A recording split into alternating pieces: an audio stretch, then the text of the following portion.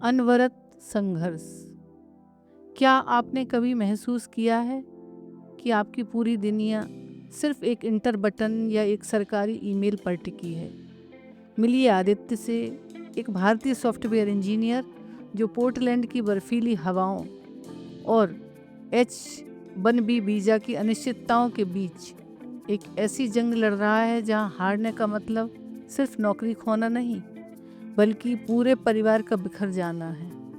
आज की कहानी डार्विन के उस सिद्धांत से भी गहरी है जो सिखाती है कि जिंदगी एक जंगल है। जीना चाहते हो तो लड़ना सीखो, बचना नहीं। आइए देखते हैं कैसे एक भारतीय योद्धा ने अपनी मेधा और साहस से असंभव को संभव कर दिखाया। डार्विन ने कहा था, सर्वाइवल ऑफ द फिटेस्ट। लेकिन एक प्रवासी भारतीय इंजीनियर के लिए दर्शन इससे भी गहरा है। जिंदगी एक जंगल है, जीना चाहते हो तो लड़ना सीखो, बचना नहीं। बचना एक बचाव की मुद्रा है, लेकिन लड़ना एक संकल्प है। पोर्टलैंड की एक नामचीन सॉफ्टवेयर कंपनी में काम करने वाले आदित्य की कहानी इसी लड़ने के जज्बे का जीवंत प्रमाण है।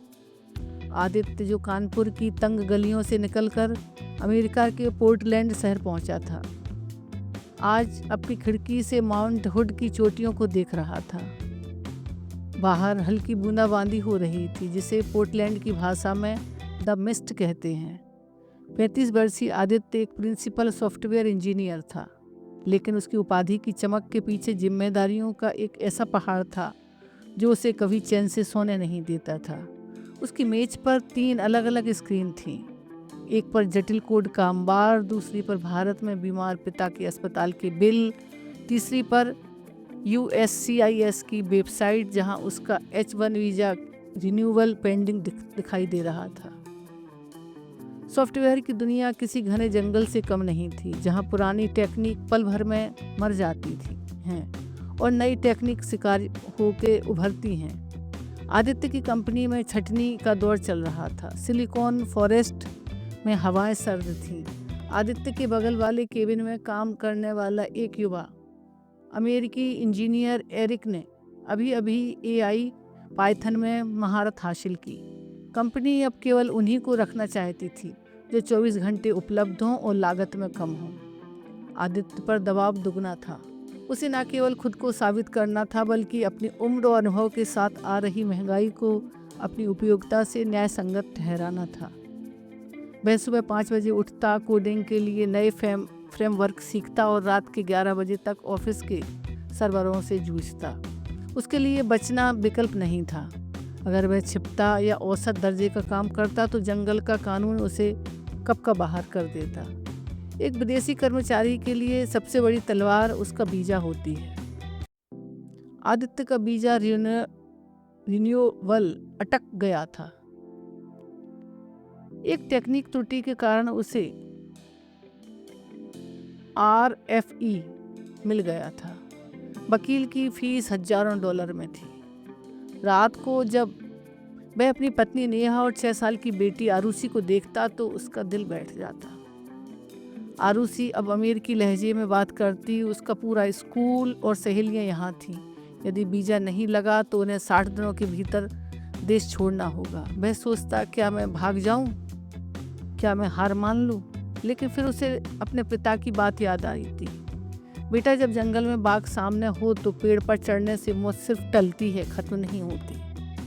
तुम्हें जमीन पर रहकर उसका मुकाबला करना होगा। आदित्य ने भागने की बजाय वकीलों के साथ बैठकर अपने केस की टेक्निकल ड्राफ्टिंग की। उसने हार्वर्ड के शोध पत्रों से उदाहरण खोजे ताकि साबित कर सके कि उसकी विशेषज्ञता क्यों अनिवार्य है। आदित्य की लड़ाई केवल अमेरिका में नहीं थी। भारत में उसके पिता को दिल का दौरा पड़ा था। माँ फ़ोन पर रोती थी, लेकिन आदित्य चाहकर भी वहाँ नहीं पहुँच सकता था क्योंकि वीज़ा की स्थिति क्रिटिकल थी। उसने पोर्टलैंड के समय के अनुसार दिन भर काम किया और भारत के समय के अनुसार पूरी रात अस्पताल के डॉक्टरों से बात की। उसने अपनी बचत का एक बड़ा हिस्सा भारत भेजा। पैसे कम पड़ रहे थे। पोर्टलैंड में घर की किस्त, आरुषि की स्कूल की फीस, माता पिता का इलाज। आदित्य एक ऐसे चक्रव्यूह में था जहां उसे हर सेकंड लड़ना था। उसने साइड गिग्स शुरू की। वह अपनी नींद के घंटों को काटकर कोड लिखता। उसकी आंखों के नीचे काले घेरे थे, पर उसकी उंगलियों में कभी कंपन नहीं हुआ। वह डर से बच नहीं रहा था। वह डर की आंखों में आंखें डालकर कह रहा था, तुम मुझे तोड़ नहीं सकते। कंपनी में एक क्रिटिकल बग आया। पूरे यूरोप का बैंकिंग डेटाबेस फ्रीज हो गया। कंपनी के बड़े बड़े दिग्गजों ने हाथ खड़े कर दिए। सीईओ ने घोषणा की, जो इसे सुबह तक ठीक करेगा वही टीम का नेतृत्व करेगा, बाकी पर विचार किया जाएगा। यह सीधा संकेत था कि असफल होने वाले की छुट्टी तय। आदित्य के पास दो रास्ते थे। वह चुपचाप बैठा रहता या जोखिम उठाता। उसने चुनौती ली। उसने अपनी पूरी टीम को संगठित किया। उस रात उसने कोडिंग के उन स्तरों को छुआ जहां तर्क और अंतर्ज्ञान मिल सके। सुबह के 4 बजे थे। आदित्य का शरीर थकान से टूट रहा था, लेकिन उसका दिमाग बिजली की तरह दौड़ रहा था। उसने उस लूप होल को ढूंढ लिया जिसने पूरे सिस्टम को जाम किया था। जब उसने एग्जीक्यूटिव बटन दबाया तो स्क्रीन पर हरे रंग का संदेश आया, सिस्टम फुली ऑपरेशन। अगले दिन की मीटिंग में सीईओ ने आदित्य की ओर देखा और कहा, आदित्य, तुम केवल एक इंजीनियर नहीं हो, तुम एक योद्धा हो। उसे न केवल पदोन्नति मिली, बल्कि कंपनी ने उसके वीजा के लिए प्रीमियम प्रोसेसिंग और ग्रीन कार्ड की फाइलिंग तुरंत शुरू कर दी। महीनों बाद आदित्य पोर्टलैंड के एक पार्क में आरुषि के साथ खेल रहा था। उसका वीजा लग चुका था। पिता के स्वस्थ होकर घर लौटने की खबर थी और कंपनी में उसका लोहा सब मानते थे। आदित्य ने अपनी डायरी में एक पंक्ति लिखी थी, जंगल में हर सुबह एक हिरण जागता है। वो जानता है कि उसे शेर से तेज भागना है, वरना मारा जाएगा। हर सुबह एक शेर जागता है जो जानता है कि उसे हिरण से तेज भागना है, वरना वह भूखा मर जाएगा। आप शेर हो या हिरण, इससे फर्क नहीं पड़ता। फर्क इससे पड़ता है कि आप मैदान छोड़कर भागे नहीं। आदित्य की यह गाथा हमें सिखाती है कि आधुनिक युग का जंगल यह कॉरपोरेट दुनिया है। यहाँ वीजा, छटनी, पारिवारिक बोझ जैसी चुनौतियाँ खूंखार जानवरों की तरह हैं। यदि आप इनसे बचेंगे तो ये आपका पीछा करेंगी, लेकिन यदि आप लड़ेंगे तो आप न केवल जीतेंगे बल्कि इस जंगल के राजा भी बन जाएंगे। साथियों, आदित्य की यह कहानी हमें सिखाती है कि जब तक हमारे भीतर लड़ने का जज्बा है, दुनिया की कोई भी चुनौती हमें हरा नहीं सकती। अगर इस कहानी ने आपके भीतर संघर्ष की नई ऊर्जा भरी हो तो प्लीज़ लाइक करें और उन दोस्तों के साथ शेयर करें जो शायद इस वक्त किसी मुश्किल दौर से गुजर रहे हों।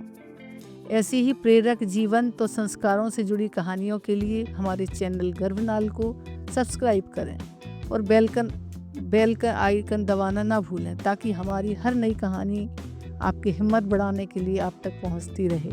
Thank you.